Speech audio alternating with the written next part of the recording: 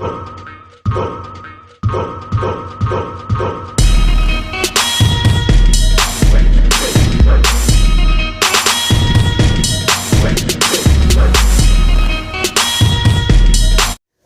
up, peeps? Are you ready, kids? Sir, I'm not here with it, sir. Not today.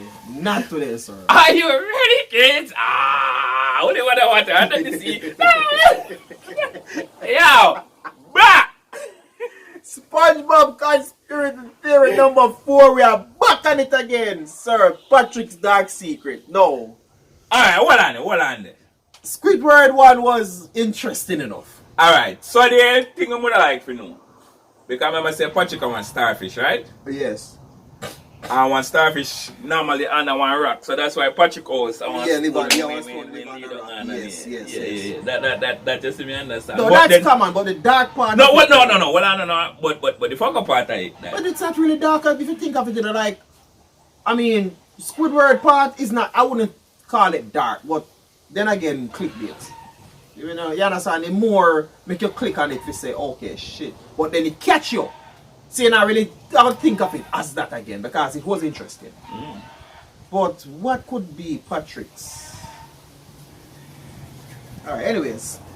Yeah, boys, entertainment of pre. Yeah, boy, let's go. So we all know Patrick Star, famous for being SpongeBob's best friend, having some cool pants, and let's be honest, being dumb. Is mayonnaise an instrument? No, Patrick, mayonnaise is not an instrument. I mean, he's so dumb that the creators of the show decided that he should live under a rock, which is a metaphor for being dumb. But what if I told you that Patrick isn't as stupid as you might think? What if I told you that... Come on! What? Say the one girl I didn't tell her secret. Sir. You will have to do. I am giving you 20% as a pass mark for me right now. 20% for you to convince me that he is not dumb or as dumb as we think. I'm giving it 20. If you're convinced with 20%, that's B plus right here. I'm telling you, that's B plus right here. How you gonna do that? That seems impossible. So is he a super villain? What? Patrick was really an extremely smart supervillain that was suffering from memory loss. Wait. That can't be true, right? Well, let me explain. So before we dive too deep into this theory, we have to figure out if Patrick is even smart. It's easy to say no because of moments like in the episode The Card, where Patrick doesn't even know how to count. 3, 4. What's gonna happen next? 5? This book's good. I'll take it. But strangely, throughout the show, there are moments when Patrick actually seems intelligent. For example, in the episode Squidtastic Voyage, when SpongeBob and Patrick get trapped inside Squidward, Patrick comes up with a plan to get out of Squidward that even surprises Sandy, who's a scientist. We could filter the CO2 through our ballast tanks, refire the engines, and ride the shockwave out of here. Wow. He's right. But the strange thing is, even when Patrick is smart, it doesn't last long. Take this scene for example in the episode Copy Bob Ditto Pants. Life is but a walking shadow. So it's safe to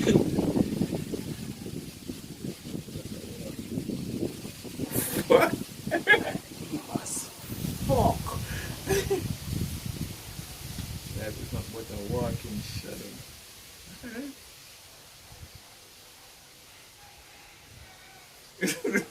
conclude that. Alright, then I all far up that guy funny real. Mayu, alright. With never having any idea in it, Mike, it's at 10 right now. It's at 10. It's at halfway. I will not even reach halfway through the video. Because I was not expecting him to say things. Well, and there. So then what happened to when you say about the bowl system if you ride out? Yeah, 10% with both of those. Okay. Some moments of intelligence. But the question now is, why don't these moments last? Why does it seem like Patrick can be smart?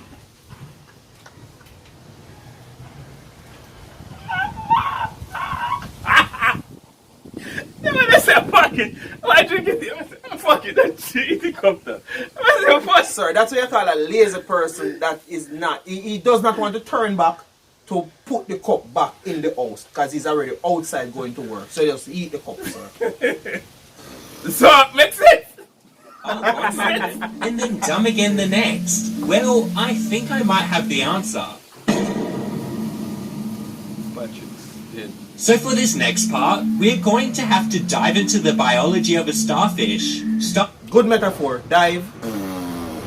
Starfish have a really cool ability to regrow their limbs if they ever get hurt. Yeah. And of course, with Patrick being a starfish, he has these abilities too. In the episode Karate Star, we see Patrick tear off his hand, only to grow a new one in its place moments later. This is an important detail, because in the episode Patrick Smart I never know that. Patrick loses his head and replaces it with a piece of brain coral. However, even though he wears the brain coral for over a week, his body doesn't grow a new head to replace the old head he lost. This must mean that Patrick's head is artificial and isn't part of his body. And there's actually a lot of proof for this theory. For example, in the episode Sing a Song with Patrick, when Patrick tries to think, we see that his brain is made of cogs, just like a machine and not a real brain. And in the episode The Secret Box, we can see sparks flying from Patrick's brain, like a malfunctioning computer when he becomes confused. So it's clear to see... So I can understand. I can understand. Damn, this dude is making so much sense right now. It's unbelievable. If the arm grow back, that's mean the foot can grow back. I mean, it's just 5 different sections and anyone can grow back at any time, right? Then why, when the head was removed for real, it did not grow back yet to replace it with something that looked like it? That means it must be replaceable. And then I understand the whole metaphors of using, like if your brain is thinking too much, like in overpressure, they might not use the brain itself, but might just use some mechanical stuff or something to show that that's how the brain is thinking or working. That could be a metaphor, but based on how he's explaining, it could actually be that for real. You understand? 15. that Patrick's head isn't real and that he's wearing a high-tech prosthetic. But now the question is, why would Patrick be wearing a prosthetic head? Who made this head? And could this head be an explanation for Patrick's random moments of smartness? Brain coral. So far, we've established that Patrick shows moments of being smart, and we've also established that Patrick's head is a prosthetic. But how do these two things relate? Well, the answer lies in the episode Patrick's Smart Pants. In the episode, SpongeBob and Patrick are jellyfishing when Patrick falls down a cliff and loses his head. SpongeBob mistakes a piece of brain coral for Patrick's head and screws it onto his body. This makes Patrick suddenly become super smart, even outsmarting Sandy by doing complex math problems. But the side effect of Patrick's newfound intelligence is that he can't be friends with SpongeBob because he doesn't enjoy the same things as SpongeBob anymore. This results in Patrick deciding to put his old head on, becoming dumb again to stay friends with SpongeBob. This episode marks the first time in the show when Patrick starts showing signs of being smart, and I don't think that's any coincidence. I believe that the brain coral that Patrick puts on was actually his old supervillain head. This would explain why Patrick suddenly becomes so mean to SpongeBob, Sandy, and Squidward for no reason. Because when he puts on the head, he becomes evil. It would also provide a theory that Patrick gave up being a supervillain so he could be friends with SpongeBob, creating a new head to forget about his old life, so that he would never risk losing SpongeBob again. It would also explain why Patrick has random moments of being smart, because he's experiencing memory loss after he switched heads. Sort of like how Damn, he has convinced me. Yeah, he convinced me. He convinced me. What did he reach up? He passed 20 in a long time, sir. I was just trying to be, Damn. Ah! Dude! You guys sit down and come up with these things. How you put these things together? Man, if I watch SpongeBob rather than watch all of this, because smart.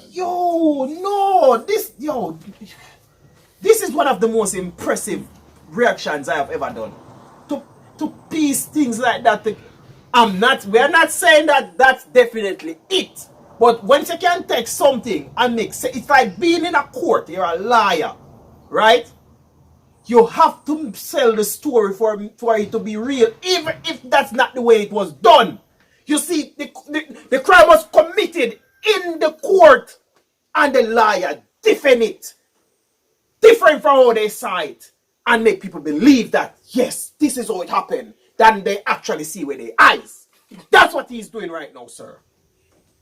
You see the murder in front of your eye, and somebody convince you that that's not how it went. It's like this. And you're like, shit, a true.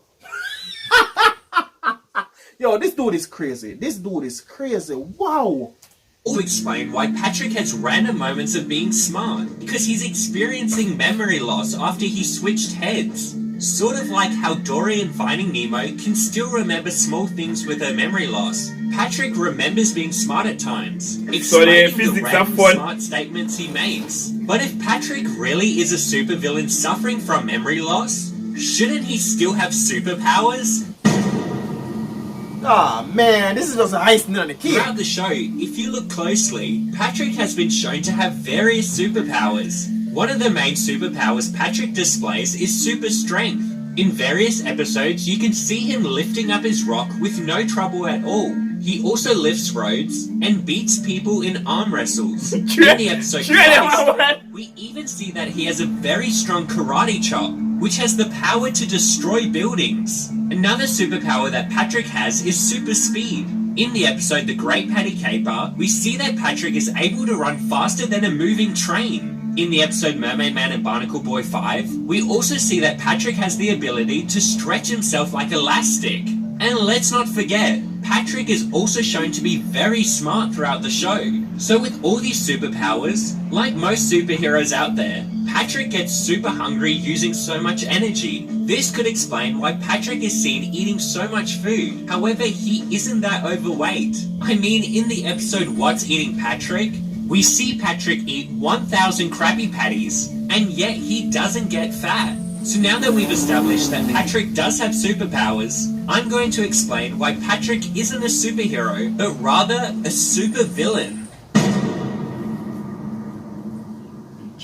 So the question now is, how do we know Patrick is really a supervillain and not a superhero? Well, one of the most obvious signs is Patrick's interaction with Mermaid Man. Every time Patrick visits Mermaid Man with SpongeBob, Mermaid Man starts randomly screaming evil. This appears to just be a funny gag, but why would it just happen when Patrick is around? Is there something Mermaid Man knows that we don't? In the episode, SpongeBob meets the Strangler. When Patrick is accused of being the Strangler, instead of denying it, he instead says, "For all we know, he could be the Strangler." I'm the Strangler? No, I should have known! That's a bit strange if you ask me, especially if you're being accused of being someone evil. But these are just minor moments. The real proof comes from the SpongeBob video game titled Nighty Nightmare. The game is set inside Patrick's dream, where he believes he is a superhero trying to save Bikini Bottom from a villain known as, wait for it, the dreaded Patrick. Now take a second to think about what this says about Patrick's subconscious. Patrick is a hero who needs to save the city from himself.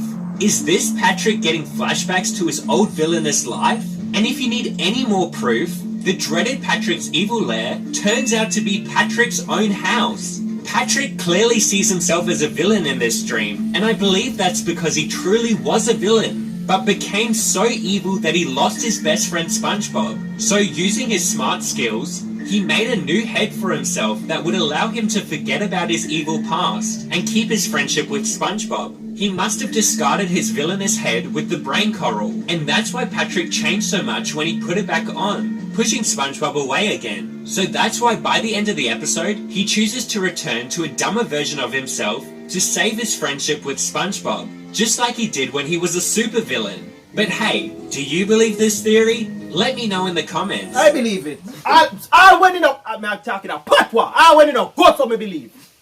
I went in a go so me believe. Sir, you have convinced me without a shadow of a doubt. Alright, so then you start 20 without how much you got? By millions.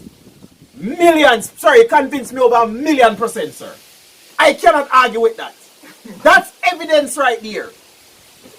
The one with Squidward, I could see where he's going and understand, and yeah, I give him a pass. But But this- like, no, this is it. This is it. Yeah, man. Yeah. Yo, yo. Yeah. You know what? Sir, yo.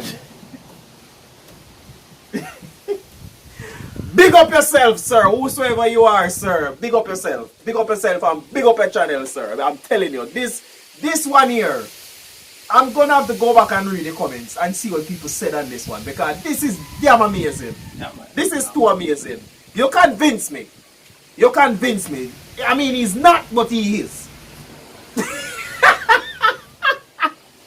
On to the next one. Alright. Look, no? Because I guess I go on. But I think for a line or false. Yeah. But you see,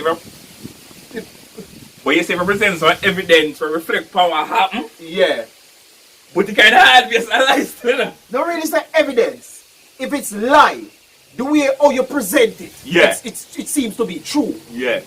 Yeah, and that's what Alright. So like say I tell a lie, but evidence come and me present a way where it shows the reason why that happened. Because of this and that, and if this never happened, that and yes, like. And it's all better than the evidence that came to show that you are lying. Like, so yes. Alright, fuck. Yeah. What? Go on. We're on to the next one. Yeah. Hold.